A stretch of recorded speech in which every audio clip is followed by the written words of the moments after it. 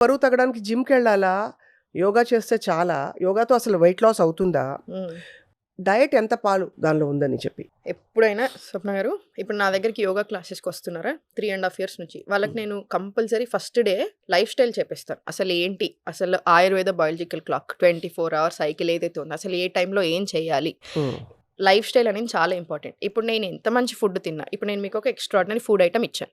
మీరు రాత్రి 11కి తింటున్నారు. హ్మ్. ఇప్పుడు అది మీకు టాక్సిన్స్ లాగా అవుతుందా? అంటే ఆమా బిల్డప్ లాగా అవుతుందా? లేకపోతే సూపర్‌గా పని చేస్తుందా? పని చేయదు. నేనిచ్చింది మీకు సూపర్ ఫుడ్డే. అవును. కానీ టైమింగ్స్ రాంగ్. సో, మీరు టైమింగ్స్ రాంగ్ ఉన్నప్పుడు నేను ఎంత మంచి ఫుడ్ ఇచ్చినా మీ బాడీ సరిగ్గా తీసుకోలేదు. అది. ఇంకొకటి ఇప్పుడు న్యూట్రిషనల్ ఫ్యాక్ట్స్ అని చెప్పేసి ఇప్పుడు ఎగ్జాక్ట్‌లీ మీ ఇంత వెయిట్, మీరింత హైట్, నేను ఎగ్జాక్ట్‌లీ ఇంత ప్రోటీన్, ఇంత ఫైబర్, ఇంత కార్బ్స్ అని రాసాను. కానీ మీ డైజెస్టిఫైర్ అగైన్ చాలా వీక్ ఉంది. మీకు గట్ హెల్త్ ఇష్యూస్ ఉన్నాయి. మీకు హార్మోనల్ ఇష్యూస్ ఉన్నాయి. లివర్, కిడ్నీస్ ఇట్లా అన్నీ ఏదో ఒక రకమైన ఇష్యూ ఉందనుకుందాం.